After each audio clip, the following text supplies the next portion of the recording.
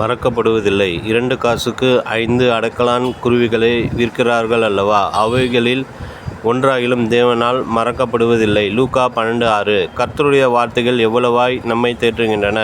ஆகாயத்து பறவைகளை கவனித்து பாருங்கள் என்று கர்த்தர் சொன்னார். ஆம், ஆகாயத்து பறவைகளை கவனிக்கும்போது அவைகளை கண்காணிக்கிற பரமபிதா நம்மை எத்தனை அதிகமாய் அன்பு செலுத்தி கண்காணிப்பார் என்கிற விசுவாசம் நமக்குள் வருகிறது. குருவிகளில் பலவீனமானது அடைக்கலான் குருவியாகும். அவைகளுடைய சிறகுகள் மயிலைப் போல அழகானதாய் இல்லை, குரல் குயிலைப் போல இனிமையானதாய் இல்லை, உணவுக்காக புசிக்கிற வான்கோழியைப் போல இறைச்சி ருசிமிக்கதாக இல்லை. அது மிகவும் மென்மையானது, மனிதனுடைய அடைக்கலத்தை தேடி ஓடி வரக்கூடியது. ஆனால் கர்த்தரோ அந்த அடைக்கலான் குருவியின் மேல் கரிசனை உள்ளவரானார். உலகத்தார் அவற்றை விலைபேசி கொண்டிருந்தாலும் கர்த்தருடைய சித்தமில்லாமல் அவைகளை ஒன்றாகிலும் கீழே விழுவதில்லை.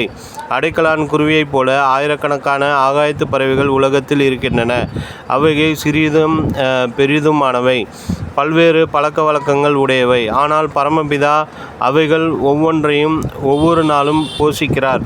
அவைகள் எதிர்காலத்தை குறித்து கவலைப்படுவதும் இல்லை, சேமித்து வைப்பதும் இல்லை. தேவ பிள்ளைகளே, அந்த தேவன் உங்களை போஷிக்க அறிந்திருக்கிறார்.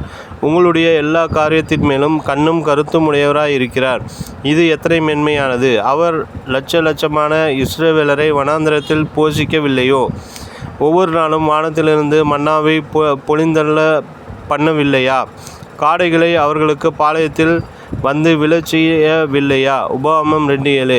எலியாவை பாருங்கள். பஞ்சகாலத்திலே அற்புதமாய் காகங்கள் மூலமாய் போஷித்தார்.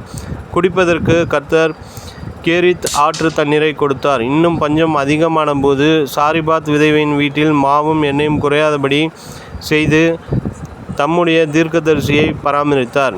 எலியா வனாந்தரத்திலே இருந்தபோது தேவதூதனை அனுப்பி ஆகாரம் ஊட்டினார். நம்முடைய ஆண்டவருடைய அன்பும் கரிசனையும் எத்தனை அதிகமானது! புதிய ஏற்பாட்டுக்கு வாருங்கள்.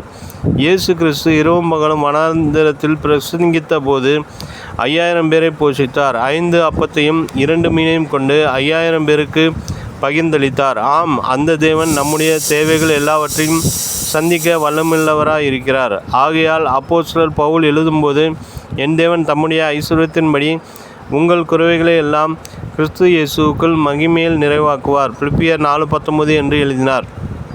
நினைவிற்கு, உமக்கு பயந்தவர்களுக்கும் மனுபுத்திரருக்கு முன்பாக உம்மை நம்புகிறவர்களுக்கும் நீர் உண்டு பண்ணி வைத்திருக்கிற உம்முடைய நன்மை எவ்வளவு பெரிதாயிருக்கிறது. சங்கீதம் 31:19.